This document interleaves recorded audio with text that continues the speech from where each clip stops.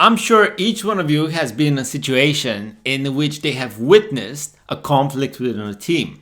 Sometimes you may have actually participated in one as well. So, first of all, it's necessary to consider that not all conflicts are actually detrimental.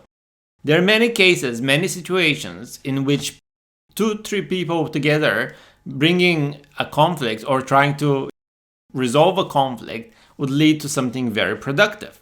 A new solution of doing things, a new perspective being shared and accounted for, etc. So conflicts are not necessarily bad, but conflicts occur. If we just ignore conflicts, they're likely to only grow. Therefore, we have to address conflicts as they occur. The first step we need to do is to consider the type of conflict that occurs. There are 2 types of conflicts. The first one is a task difference conflict.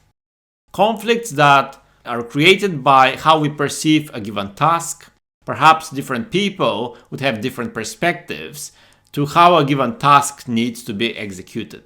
And this perspective would be particularly common in highly diverse teams. People working in different organizations, in different parts of the world, people having different experience, knowledge, education, cultural background, etc.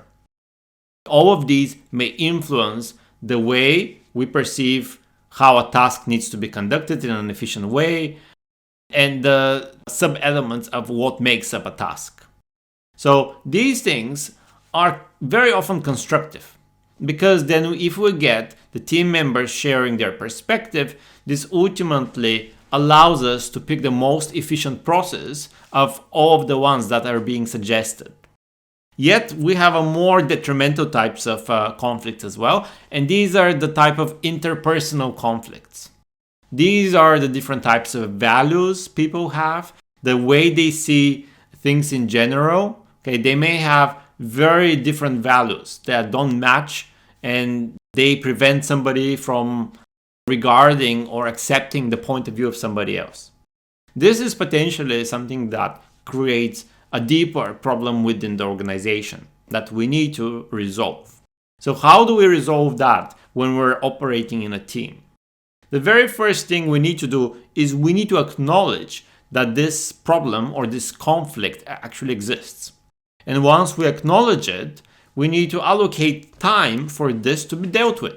And typically within this sort of situations of dealing with a conflict would have both parties that participate within the conflict and one moderator. Somebody who just proceeds and guides the communication, somebody who gives the floor to both people to speak their mind and speak about how this particular situation made them feel. Because interpersonal conflicts are more about values, feelings, etc., emotions. So the best way to resolve an interpersonal conflict is to then first of all identify the specific sentence or statement or behavior that emerged, then which caused the conflict.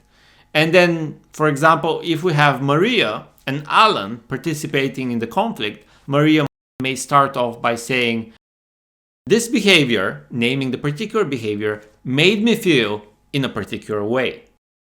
In a way, this sentence has 2 parts. The specific point that caused the conflict, and then how I or Maria in this particular case has internalized it.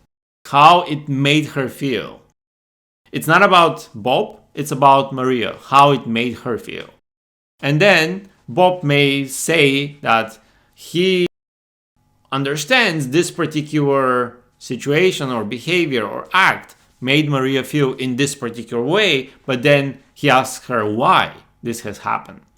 Although this may sound very simple, it's actually the start of addressing this conflict, because then Bob recognizes that there was some sort of element, communication element or a problem. He takes ownership of this sort of phrase or sentence that he has said or behavior that caused Maria to feel in a particular way.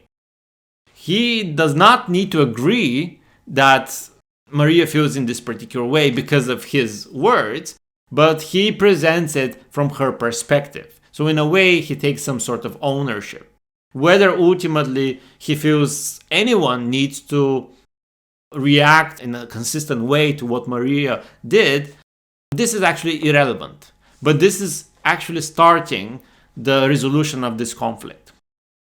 What actually this example provides us with is a situation in which the two parties involved in a conflict acknowledge that a given person has felt in a particular way.